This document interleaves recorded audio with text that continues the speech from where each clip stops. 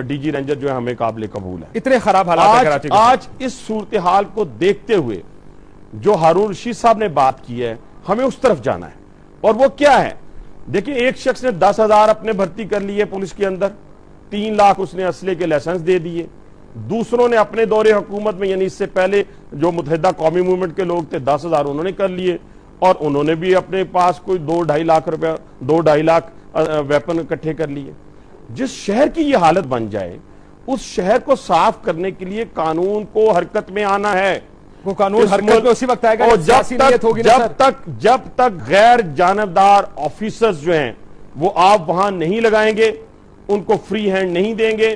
جیسے انہوں نے مثال دی آپ کو اس ایکشن کی جہاں پہ اپنے ہی گورنر کو پاکستان مسلم لیگ نون نے جو ہے اپنے وزیر اعلیٰ کو برطرف کر کے گورنر راج قائم کیا اور پھر وہاں کی انتظامیہ کو فری ہینڈ دیا, اور اس کے نتائج جو بھی آئے, میں یہ نہیں کہتا کہ 100% آئے, میں کہتا ہوں 75% آئے, 80% آئے, اپنی حکومت کو قربان کرنا چھوٹی بات نہیں ہے. کھلے دل سے اور اس کی زد میں کوئی بھی آئے تو اس کو نہیں چھوڑنا چاہیے, تو مسئلہ حل ہو جائے گا. لیکن اگر وہی بات جو ہارون صاحب کو دوبارہ میں کوٹ کروں گا کہ وہی زہریلی مفاہمت جو ہے وہ اگر آڑے آئی تو پھر یہ کراچی کے مسائل حل نہ ہوتے. ہارون صاحب یہ سارے جانتے ہیں, یہ سپریم کورٹ میں بھی کہا گیا, سپریم کورٹ نے بھی کہا, بہت مختلف جگہ پر ریمارکس میں افتخار چودھری صاحب نے انہی لائنز پر بات کی کہ کیوں یہ کام نہیں کیا جا رہا. اور یہ سوال تو ہم پچھلے 2 سال سے 1.5 سال سے خصوصاً جب سے حالات خراب ہوئے کراچی کے اٹھا رہے ہیں.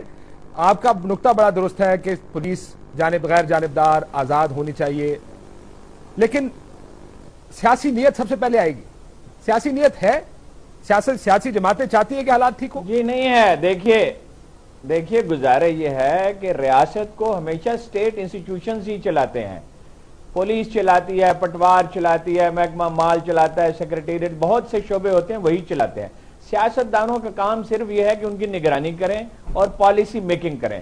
سیاستدانوں کا کام یہ نہیں ہے کہ پولیس افسروں کی تقرری ہو یا انٹیلیجنس میں افسروں کی وہ تقرری کریں. ان کا ایک خودکار نظام ہوتا ہے. نیت بالکل نہیں ہے. جب یہ ریکنسیلیشن کا لفظ بولا گیا تھا تو اس کے پیچھے ایک نہایت ہی غلیظ منصوبہ تھا. دیکھیے ایک بطور قوم کے ہم نے پرلے درجے کی مصلحت کشی کا مظاہرہ کیا ہے. 2008 کے الیکشن کی بنیاد ہی خراب تھی. اس کی بنیاد NRO تھی. یہ بے نظیر مشرف مذاکرات کے نتیجے میں جو اوریجنیٹ ہوئے برٹش فارن منسٹری کے ذریعے اور جس کو امریکہ کی اشیر بات تھی, اس کے ذریعے ایک منصوبہ تھا جس کے ذریعے پیپلز پارٹی ANP اور MQM کو برسر اقتدار لانا تھا, اور اگر ممکن ہو سکے تو کاف لیگ کو بھی. وہ منصوبہ تو بعض عوامل کی وجہ سے پوری طرح کامیاب نہیں ہو سکا. جو لوگ اس وقت بائیکاٹ کے لیے چیخ رہے تھے, آپ ان سے ایگری کریں یا ڈس ایگری کریں, ان کے بعد دلائل بہت مضبوط تھے. اب یہ مفاہمت کے ذریعے جو حکومت ہے یہ کس لیے ہے؟ یہ قانون نافذ کرنے کے لیے نہیں ہے, یہ توڑنے کے لیے ہے. دوسرا زرداری صاحب سب سے زیادہ ذمہ دار ہیں, میں انہیں سمجھتا ہوں. اس لیے دیکھیے محترمہ بے نظیر بھی بہت شاکی تھیں, اور ایک وقت میں انہوں نے بھی اپنے کارکنوں کو اسلحہ دینے کا سوچا تھا, لیکن جب انہیں مشورہ دیا گیا کہ محترمہ اس سے تو خرابی ہو گئی, تو وہ اس سے رک گئیں, اور انہوں نے پورا اختیار دیا اس زمانے میں پولیس کو, انٹیلیجنس کو, متعلقہ اداروں کو کہ وہ قانون نافذ کریں. قانون نافذ کرنے کے لیے, ظلم کرنے کے لیے نہیں.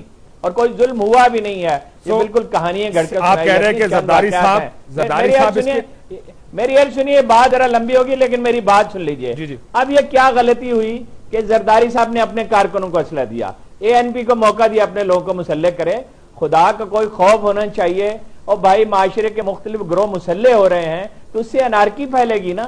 اب صورتحال یہ ہے, یہ فوج کی ذمہ داری ہے, براہ راست فوج کی ذمہ داری, اسٹیبلشمنٹ کی ذمہ داری ہے, اور حکومت کی ذمہ داری ہے کہ یہ اسلحہ واپس لے اور ہر ایک کو بتائے کہ اسے قانون کی پابندی کرنی ہوگی. اور اگر کرنا چاہتے ہیں کاشف صاحب, میں بار بار آپ سے کہتا ہوں, گورنر راج نافذ کرنا ہوگا, اور وہ کوئی ریسپیکٹڈ گورنر ہو, انصاف کرنے والا آدمی ہو, وہ اپنی پولیس ٹیم بنائے, انٹیلیجنس کو ایکٹیویٹ کیا جائے, اور اسی سے انصاف آئے گا, ورنہ یہ عارضی حل ہوگا اور یہ پھر خرابی پیدا ہو جائے گی. اور یہ جو نسیم جلیل صاحبہ کا خط کا ذکر کیا, اس میں بھی لکھا ہے کہ کراچی میں جو وائلنس ہے وہ پیپلز پارٹی کی پروٹیکشن, ان کی زیر سایہ, ان کی نگرانی میں یہ وائلنس چل رہا ہے. ڈاکٹر عامر لیاقت حسین صاحب آپ بتائیے گا. بالکل وہ ذمہ دار سیریس ہے یہ سیاستدان کراچی کو صاف کرنے کے لیے, کراچی کو ٹھیک کرنے کے لیے؟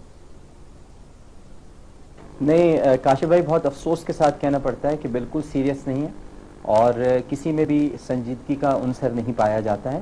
میں نے آپ ہی کے پروگرام میں پہلے کہا تھا, آج میں پھر یہ بات کہوں گا اور ایک مرتبہ پھر مطالبے کی حیثیت میں کہوں گا کہ فوری طور پر کراچی کی صورتحال کو بہتر بنانے کا صرف ایک طریقہ ہے کہ فوج کو یہاں پر آئینی حدود کے اندر رہتے ہوئے، میں پھر آئی ریپیٹ کہ میں یہ نہیں کہتا ہوں، جب میں فوج کی بات کرتا ہوں تو اس کا مطلب یہ نہیں ہوتا کہ میں فوجی حکومت کی بات کر رہا ہوں، میں یہ کہتا ہوں کہ آئینی حدود میں رہتے ہوئے، جیسے آپ نے وزیرستان میں فوج کو بھیجا، جیسے آپ نے سوات میں فوج کو بھیجا، اور اب تو ڈی جی رینجرز کہہ چکے ہیں کہ وزیرستان سے بھی زیادہ صورتحال یہاں خطرناک ہے، تو کیوں فوج یہاں پر نہیں آ جاتی؟ جس شہر میں ہینڈ گرینیڈ پھینکے جا رہے ہوں، مارٹر گنیں استعمال ہو رہی ہوں، گولہ بارود راکٹ لانچرز جہاں پر چلائے جا رہے ہوں، تو یہاں پر فوجی ٹرکس کیوں نہیں آ سکتے؟ کیا نیٹو کے ٹرکس یہاں پر آئیں گے؟ سب سیاسی جماعتوں کے ہماری اپنی فوج کے ٹرک یہاں پر آ جائیں۔ یہ بھی کہا گیا آج کہ سب سیاسی جماعتوں کے ملیٹنٹ ونگز کام کر رہے ہیں۔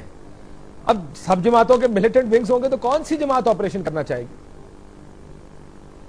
یہ کرنا تو کوئی بھی، دیکھیں کوئی بھی ایکسیپٹ تو نہیں کرے گا، اور ظاہر ہے کہ سچویشن بڑی گمبھیر ہے یہاں پر، لیکن یہاں پر میں آپ کو ایک نفسیاتی بات بتاؤں، اور نفسیاتی اثر ہوتا ہے کہ جب فوج کو دیکھتے ہیں، جب فوجی ٹرک ہوتے ہیں، فوجی وردی ہوتی ہے، فوجی جوان جب شہر کی گلیوں میں گشت کرتے ہیں تو ایک خوف طاری ہوتا ہے، یہ ایک نفسیاتی بات ہے، اور یقیناً جب گھر گھر تلاشی ہوگی، اسلحہ لیا جائے گا، گھروں میں گھسا جائے گا، اور یہ جو ویپن ہے چاہے وہ جائز ہے یا ناجائز ہے، جب گھروں سے برآمد ہوگا تو صورتحال میں بہتری آئے گی۔ کاشف بھائی یہ نہیں ہے کہ نہیں ہو پائے گی، بہتری آئے گی۔ آپ کی جماعت کی طرح سے دیکھیں کاشف، میں ایک بات کہنا چاہتا ہوں، آپ کی انوگریشن چل رہی ہیں، یلو کیب کی یہ کر رہے ہیں، لیکن کراچی میں اتنے حالات خراب ہیں۔ صدر صاحب نے بھی مشورہ دیا سر، اتنے جو حالات خراب بات ہے، ابھی ہمارے تمام پارٹیسپینٹ نے کی وہ لیڈرشپ نے پہلے دن سے کی ہے، اور میں دوبارہ دہرا دیتا ہوں، عامر صاحب کی اپنی رائے اپنی جگہ ٹھیک ہے، لیکن ہم یہ کہہ رہے ہیں کہ پہلے ان کی نیتوں کو تو جانو، کیا یہ ایسا کام کرنے کے لیے تیار ہیں؟ اگر تیار ہیں تو پھر ان کو سب سے پہلے غیر جانبدارانہ ایڈمنسٹریشن جو ہے، انتظامیہ جو ہے وہ دیں، اس کو ٹاسک دیں، اور یہ جو رینجر آپ نے رکھی ہوئی ہے، یہ جو وہاں پہ آپ کی پولیس ہے، جب تک آپ اس سے کالی بھیڑوں کو ختم نہیں کریں گے، اپنے لوگوں کو اب لیاری میں کیا 10,000 وہ جو انہوں نے ریکروٹ کیے ہیں وہ جا کے آپریشن کر سکتے ہیں؟ کیا 90 پہ جو اس سے پہلے بھرتی کیے گئے ہیں وہ جا کے 90 میں یا کسی اور ان کے علاقے کے اندر جا کے آپریشن کر سکتے ہیں؟ پہلے آپ یہ کام کریں، جو آپ کے پاس آلریڈی آپ کے پاس ایڈمنسٹریشن موجود ہے، قانونی طور پہ کانسٹیٹیوشنلی آپ کے پاس ادارے موجود ہیں، اور انسٹیٹیوشنز کو جیسے انہوں نے ہارون صاحب نے کہا وہی اسٹیٹ کو چلاتے ہیں، ان کو تو موقع دیں بھرپور طریقے سے۔ اگر آپ فوج کو لے کے آتے ہیں اور فوج کو اسی گلیوں اور محلوں کے اندر آپ لڑائی میں شامل کرتے ہیں، تو آپ نے تو جو آخری آپشن ہے سب سے پہلے استعمال کر لیں۔ سب سے پہلے آپ کہہ رہے ہیں کہ فوج آخری آپشن ہونا چاہیے، فوج کے تو آئینی طور کے اوپر اگر وہاں کا جو حکومت ہے بلانا چاہے تو وہ ٹھیک ہے، لیکن اس سے پہلے یہ کام جو کرنا ہے، اس سے کرنے سے ان کی نیت کا اظہار ہو جائے۔ اور جو افتخار چودھری صاحب سو موٹو کر رہے ہیں، بالکل بات میں ایک بات کہنا چاہوں گا، حنیف عباسی صاحب بالکل صحیح بات کہہ رہے ہیں، میں کلی طور پر اتفاق کرتا ہوں، لیکن جس پولیس کو اور جن اداروں کے سربراہ عبد الرحمان ملک ہوں، جو مطلب یہ کہ ایک مستند ترین جھوٹے انسان ہیں، اور جو اپنے آپ کو اب تک رحمان ملک کہنے پر مصر ہیں، ان کو عبد الرحمان اپنے آپ کو کہنا چاہیے، جو اپنے آپ کو رحمان کہتے ہوں، تو ان کی سرکردگی میں پولیس اور رینجرز کیا کر سکے گی؟ بالکل عامر بھائی، میں آپ سے یہی ہم نے پولیس اور رینجرز کو دیکھ لیا۔ عامر بھائی میں یہی کہہ رہا ہوں کہ آپ تطہیر کریں، یعنی ان لوگوں کو نکالیں، وہ جتنے لوگ ہیں جو اس وقت کمیٹڈ نہیں ہیں آپریشن کرنے میں یا کمیٹڈ نہیں اپنی ڈیوٹی کو انجام دینے میں، ان کو فارغ کریں۔ کتنا ٹائم لگتا ہے؟ دیکھیں نا، اگر آپ وزارت کو کرتے ہوئے 1 منٹ لگتا ہے، اوپر سے شروع نکالتے ہوئے 1 منٹ لگتا ہے، اوپر سے شروع کرنا پڑے گا نا باسی ہاں صاحب۔ بالکل اوپر سے شروع۔ وہ یہ کہتے ہیں کہ پھر رحمان ملک صاحب نہیں جائیں گے تو آپریشن صاف ہی ہوگا، لیکن میں بریک لے لوں، بریک کے بعد ہارون صاحب واپس آ کے تھوڑا ٹائم ہوگا میرے پاس، کیا رحمان ملک صاحب کی موجودگی میں پولیس اور رینجرز کا ایک شفاف ایسا آپریشن ہو سکتا ہے جو کراچی کو صاف کر دے؟ After the short break.